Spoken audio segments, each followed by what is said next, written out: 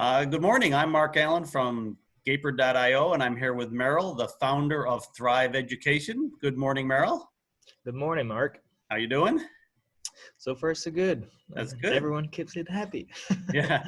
So to get started, can you just share a brief background of yourself and your work experience? Sure. So initially in French, graduated as computer scientist in France. Worked at different startup developing medical devices around Parkinson and then arrhythmia in Tokyo. Headed to Berkeley for my Californian life experience, where I graduated as biomedical engineer here.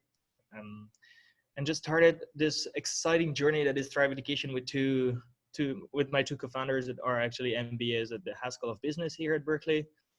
And all the work experience I've done so far, I've been consulting for different firms, would it be Zipline, Gloco, Dream, UNICEF, and so on. So it's really about enjoying all the perks of being able to work remotely, would it be from Tokyo, California, France, or even Hawaii. Wow, very nice. So what has been your experience with remote employment, both as a remote employee and then a remote employer? Sure. So as remote employee, let's say it was mainly focused on my consulting experiences. So it's mainly acting as a contractor.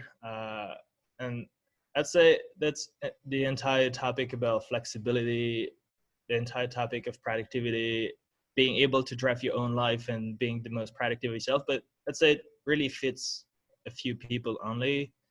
On the other side, from being an employer, that's a totally different story because I've been through it and I know what the hiring pool looks like, what the new talents looks like. But there are so many perks and advantages all around the topic of hiring people, all around the place.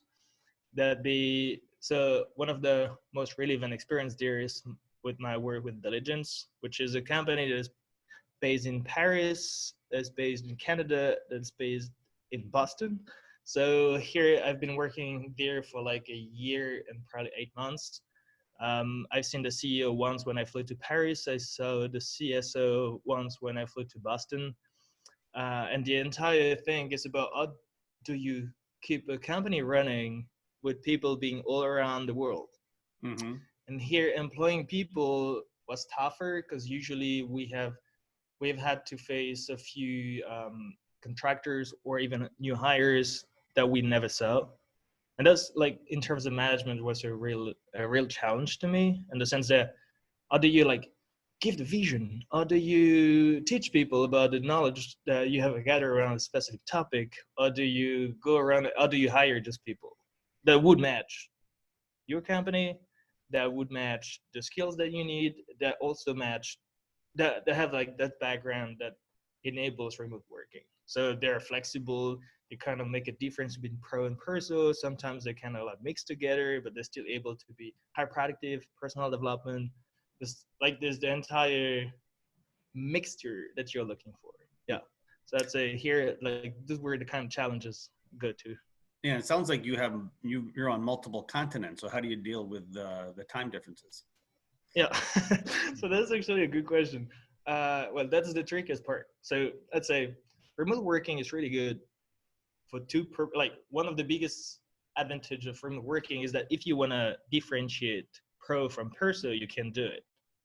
But in my case, where you have different time differences, I kind of had to optimize my life to kind of fit my ability to work 24 hours out of 24 in a sense. So for instance, I work with friends in the early morning. I work with Boston at late morning. I work with California late afternoon. But I'm also lucky enough to have co-founders this kind of all workers, so they work pretty late, so that helps the entire thing. But yeah, it's all about doing sacrifices sometimes of I want to go to this party because I have to prepare something for friends time zone, or I just make sure that the document is drafted before my developers there do wake up, or that this new endpoint is developed, or that this pitch deck is ready to go for California time, or it's just it's a Google Suite. Calendar is your best friend. Yes, I'm well aware of that. Well, great. So, what do you think is the future of remote employment, and what do you think needs to be done differently to make it even better and more efficient? Mm, that's actually a great question. So I was just looking at stats like a few days ago because coronavirus is basically the biggest experiment you could have for remote work testing. Hmm. Looking at it, it's like 4% of Americans actually do work remotely. And you have so many stats and like, once again, so many information pieces where you have like, productivity boosts, so like 13% of productivity. But what does that mean? You have engagement. Some say if you developers or you hires more engaged. Some say they're disengaged. Do you spread the entire hierarchy or kind of management of a remote working? I'm super excited to see what will be the post-coronavirus work situation, because to me that's kind of like exactly what I want to look at. But basically, remote working for me really enabled uh, a few achievements in my life. For instance, Hmm. so I could start in France, work there, still go to the med school concurrently. I kind of began working on different projects that were purely remote. So um, enough to be like specifically a contract. So like if you want to be giving out your skills to a specific project, that's super easy. So if you're skilled and domain reliable or knowledgeable for a specific domain, then you can be hired on a very specific mission. That's the entire business of like hiring software developers as contractors or hiring specific people as contractors or consultants. So that enables the entire world of that. So if you're skilled, you can go there and you just can, you find a pain point, you got your own value prop, and you fix the problem as fast as you can.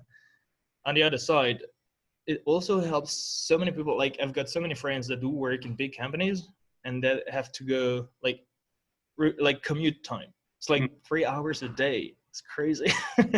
So I'm like, imagine all this time you could be productive, you could like do stuff, you could like work on specific side projects, personal development. Hmm. That's the entire, it remains, it's all like human centered. And remote working for me is really a way to see work as a human centered kind of architecture, Hmm. where the person kind of like is able to do the balance in between personal life and professional life, in the sense that if I want to work now, I don't have like a specific deadline at noon, then I can like, I know how much time it takes me to do this, so I'll just like delay it until at the time I feel the most productive. I know myself. And also I'd say like, yeah, from all the experiences I've had, because I worked like in Fujitsu, for instance, in Tokyo, which is like the hugest group you could find in Hmm. Tokyo. So many meetings, so many noise from people talking around you, asking questions all their time. They're like, ah, adding new elements, and those elements could just basically be aggregated in a specific like Slack message, which is exactly what you want as a remote worker. You're like, okay, this is the deliverables, this is the status of the company, this is the status of the evolution of the project. So you can really keep track of all of that. I haven't seen like, of course, remote working has its limitations because not every job can be done remotely. My parents, for instance, are working in a restaurant. It's like totally irrelevant to to what we're talking about right now. And even in tech world, where you have like security or content managers or high IP hardware, or do you want to deal with that remotely? So there are still limitations to that. And those limitations, to me, mainly due to the tools we've developed so far. So, for instance, like when we all have like the Slack and Zoom stocks, it's just like raised above average because like everyone is now using it, or the Google Suite, or you got Asana, you got Jira, you got like WhatsApp when it's super urgent. Like there are so many ways to communicate Hmm. and keep track of all of that. But like together, design, like my girlfriend is working at urban planning. It's like the now facing, how do you design things together remotely? Because usually you have the whiteboard where everyone's drawing something, but are we lacking a tool right there that could enable everyone to draft and design something together? So I think like this coronavirus post kind of apocalypse will enable a lot more companies to go towards remote working. and thus enhance personal development of some of those new employees, go into benefits, go into mental health, physical health. It's like there are so many perks of like being able to own your own life. The only limitations then becomes like management. So Hmm. I'm really like looking forward to see how management evolves over time, because old philosophy is I really have a hard, like for instance diligence, we have like very old management team, so it's kind of hard, like they got flexible enough to deal with the remote workers, but it's still a hard step to climb, to just like adapt your management to people you don't see on a daily basis or that you don't talk to on a daily basis. So it's about being soft enough to allow flexibility on both sides, but still transmit vision, still transmit rewards versus punishment, like still transmit charisma, still transmit the knowledge about dumb. There are so many things like that I Yeah. look forward. No, I agree with you 100%. I think the coronavirus is going to change our view of the workplace going forward. Yeah. I don't know how it's going to look in 2 months, but I can tell you, I was on I'm in a couple networking groups, and one of them we meet every Thursday morning at 7:30, which we met this morning, and all 30 people were on, and some of them had never used Zoom before, but they figured Oh, it out, and the meeting went as planned. It was great. So it's kind of like, I think things are going to change, right? no, that's So true. yes. So tell me the story behind Thrive Education, and what has the journey been like? Sure. So it all started in February last year. By the way, my co-founder, so Jack, which is the CEO, was diagnosed with dyslexia after university, which is a pretty problematic situation because he could have had accommodations all beforehand. It could have, like, there was just this light bulb moment in everything had done in his life. And so what we do provide online assessments for learning differences for children, and that's done by fully licensed psychologists and enabled by machine learning. So once again, here is the entire remote world kicking in the sense that we do employ psychologists remotely. We do online assessment remotely, so we enhance the entire pool of people that can have access to it. And yeah, I mean, in terms of like the entire journey was super interesting in seeing how would Americans react to remote or telehealth, as we call it, even though like polls say 53% of Americans are willing to try telepsychology, are willing to try teletherapy. So everyone is kind of like shifting towards the perks of telehealth. Here the entire thing was about building scalable processes, scalable, how do you make sure people can join your project afterwards, how do you deal with HIPAA constraints, which is a big deal because when you go online you have like security and information is super important. And just seeing what's the feedback of those people, and based on like our own psychologists we have so far, like the experience is so smooth, the child is at home feeling super comfortable going through the assessment. They're like yeah, like the feedback we've had is super great. Hmm. And I mean like I could talk like 30 minutes just to present value props and all everything is done, but that's more of a nutshell, yeah, I'd say. Well, it's interesting because my next question is, how have you incorporated the idea of remote at your company? But it's kind of forced on you. Can you elaborate Yes. even more? No, that is true.